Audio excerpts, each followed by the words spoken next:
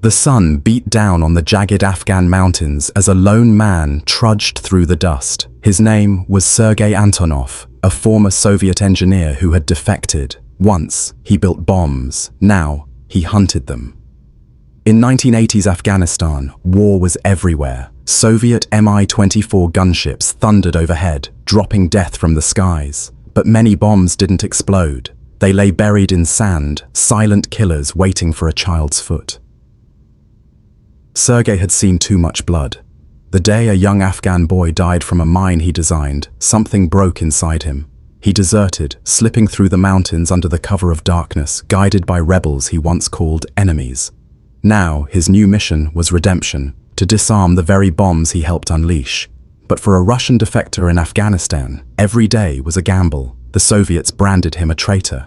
The Mujahideen trusted him only because they needed his skills. As Sergei knelt before his first unexploded shell, sweat dripped into his eyes. One wrong move, and there'd be nothing left to bury. His trembling hands reached for the wire. Mujahideen fighters froze as the radio crackled again. "Gunships approaching, 2 minutes!" Sergei's stomach dropped. He knew what that meant. Mi-24 Hind helicopters, flying tanks. He'd seen them shred villages to dust. The fighters scattered, grabbing rifles, shouting prayers. Sergei sprinted behind a stone wall, clutching his battered Kalashnikov.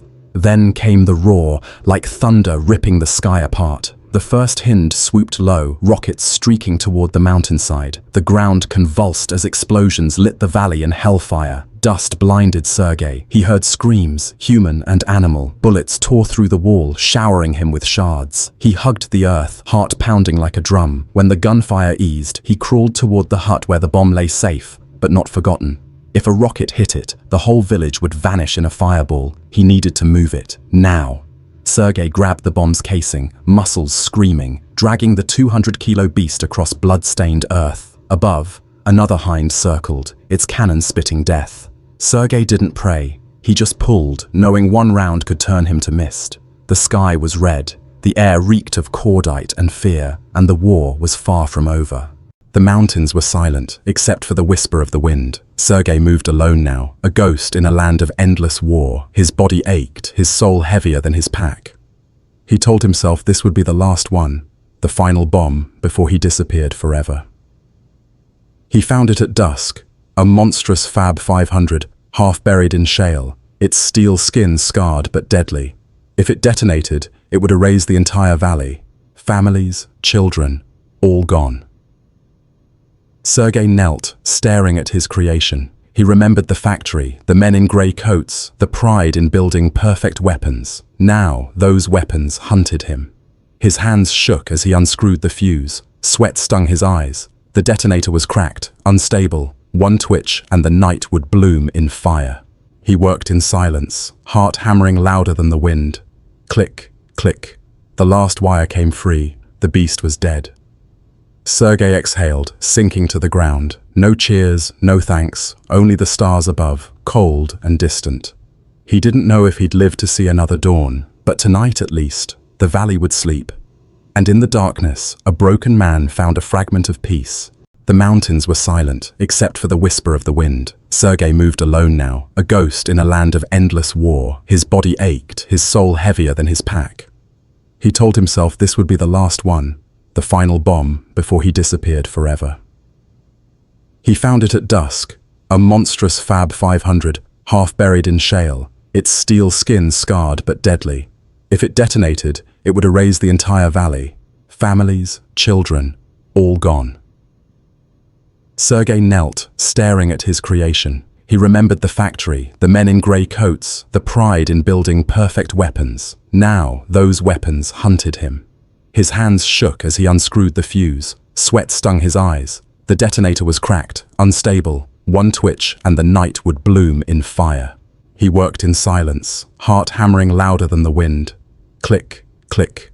The last wire came free. The beast was dead. Sergei exhaled, sinking to the ground. No cheers, no thanks, only the stars above, cold and distant. He didn't know if he'd live to see another dawn, but tonight at least, the valley would sleep.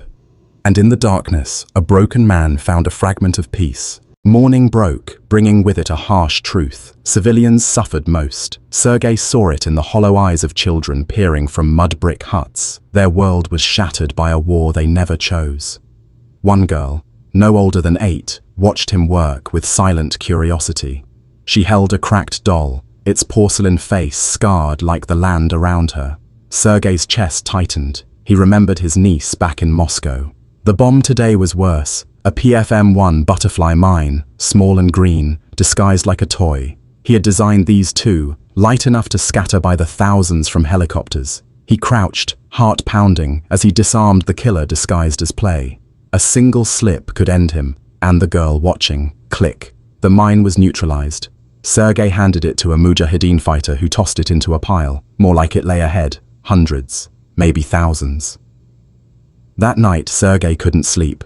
He stared at the girl's face, wondering if redemption was possible. Could saving lives erase the blood already spilled, or was he doomed to die in these mountains, hated by both sides, forgotten by all? Sergei woke at dawn to the echo of distant artillery. The mountains rumbled like an angry god. He had no food, no water, only a knife, a broken rifle, and his knowledge of bombs. He trekked toward a village rumored to need his help.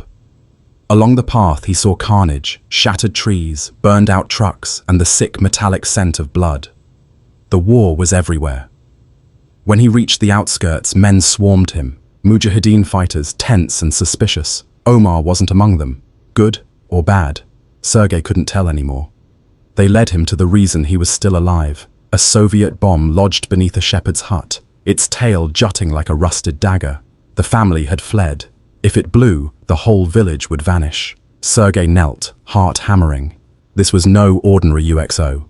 It was booby-trapped, fitted with an anti-handling device. One false move, and... He inhaled slowly. Think, Sergei. You made these once. You can unmake them. His fingers danced over wires, cutting, twisting. Time dissolved into sweat and silence. Finally, click, safe. Night fell like a shroud over the valley, but Sergei didn't rest. The Soviets had pulled back, leaving smoke and silence, and corpses. He dragged the bomb to a dry riverbed, far from homes, and began the work no one else could do. The device was armed with a dead man's switch, a backup detonator that would trigger if tampered with. One wrong touch and there'd be nothing left but dust. Sergei wiped the grime from his hands, steadying his breath. He visualized the design in his head. He'd built these in a factory near Novosibirsk years ago. The irony stung like a blade. Step by step, he removed the outer casing. The fuse assembly gleamed in the dim moonlight, a spiderweb of wires and springs. One wrong move, and his redemption ended here. Click, click. Another screw loosened. Sweat dripped into his eyes. He ignored it. Finally, done. The bomb was disarmed. A silent monster turned harmless steel. Sergei leaned back, exhausted, staring at the stars. They looked so far away, like a life he could never return to. But the war wasn't done with him. Tomorrow Omar would return, with news that could seal Sergei's fate. The strangers stared at Sergei like wolves sizing up prey. One spoke in Pashto, voice sharp. Omar answered quickly, gesturing towards Sergei. Their eyes never left him. Sergei's instincts screamed. He kept his expression calm, but his mind raced. Have they sold me out? The taller man slung his rifle forward, nodding toward the path. Omar avoided Sergei's gaze. That told him everything.